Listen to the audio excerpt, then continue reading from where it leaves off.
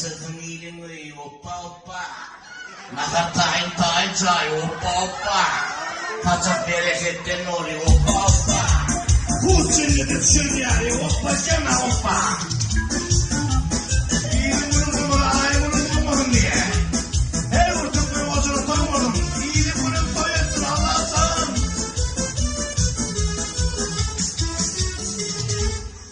El açık üyeleri, isteyenin ortada koyuya yönü elbet yerleri üye aytma oraya diye.